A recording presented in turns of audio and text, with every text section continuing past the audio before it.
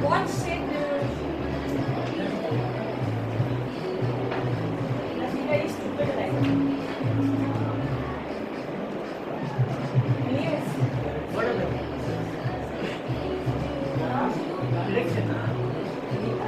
Collection of them. Election.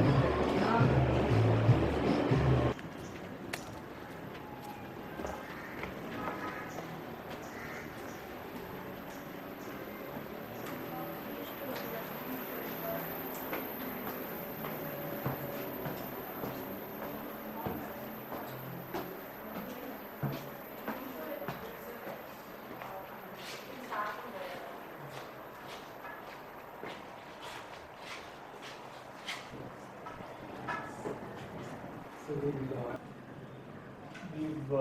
gone ahead and actually decided to call the project Gaia. Okay.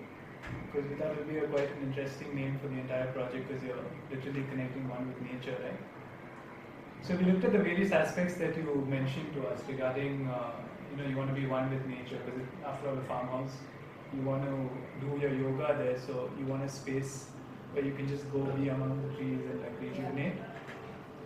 And so the other thing was you were very particular that you need a place to meditate, and because we know that you're very strong with Buddhism, you want to create this ambience where you're by yourself, very meditative sort of space.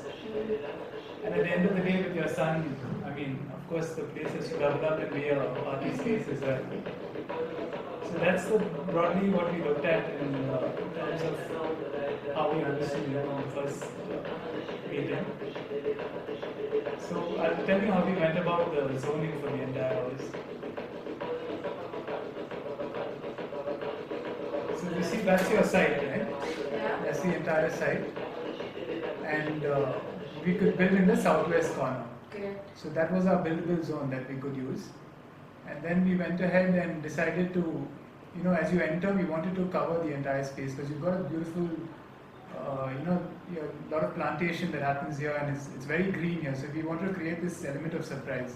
So we decided to build this stark wall, and architecturally the element of using a wall kind of creates that. And dividing the personal space versus the entrance, I mean with whoever's entering. Yeah, so as you enter, you actually don't see the green, you just see the treetops.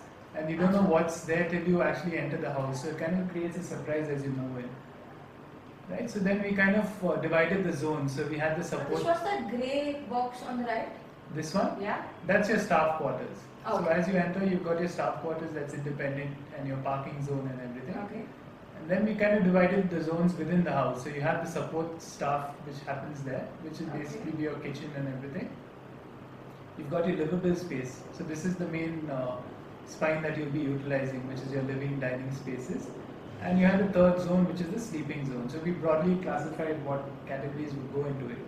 And then how we went about to, separating these zones out. So we realized if you separate the support and the livable zone, you kind of get this courtyard in between that kind of brings in light and ventilation, and then you're kind of opening and looking into either side over there.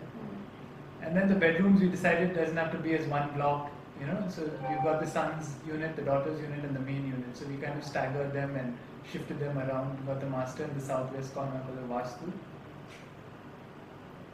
And we kind of incorporated elements along the way. So we've split units along to get courtyards of water bodies and green courts in between them. And we kind of propped that one bedroom on top of the wall. So you kind of stand there, it's like almost like Titanic, right? You're seeing the entire vista over there. We did some basic studies. So you enter off the road, right? So that's the idea of the road. Yeah.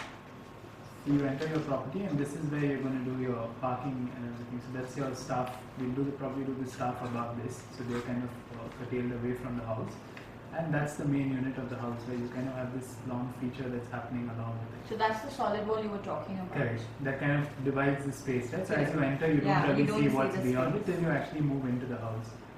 So you come in, and at the entrance, you kind of enter this space which has this long spine, and these two courtyards that open on either side. So there's a lot of light coming in. So you've got your living space that break away from it. That all kind of overlooks into this courtyard space. So if you actually see in the plan as well, where you move in, you've got this spine that happens. So you come into this space, and then you kind of see these courts on either side that's getting created, right? And as you move along this main circulation spine in the house, what's going to happen is you're going to start viewing the house differently. So you're not seeing the entire house at one point of time. As you move in, you kind of get glimpses and captures of different parts of the house. Okay. Till you actually come onto these large decks where you kind of see this entire site opening up for you. Is that covered with glass or anything, or is it going to be open? It's going to be open because, at the end of the day, so the circulation spaces are going to be open. Okay. So open in the sense it's going to be semi-covered. So you've got a roof on top, but you have no glass. But there's no glass on the Yeah, side. nothing that's going to enclose you completely inside the space. But that's the fun of it, right? So, you're staying in the farmhouse, you want the elements of the rain, the water, and all kind of. But how do we take this? How do we take care of this in terms of security and? So, considering you're a part of a gated community within the farmhouse with 1 acre plots, I don't think security is too much of a hassle. Okay. As well as your main spaces. So, if you look at your living spaces, your bedrooms, all that become lockable. It's your circulation spaces that are a matter of concern. Okay. Correct. 200 by 100. 200 by 100 by 8.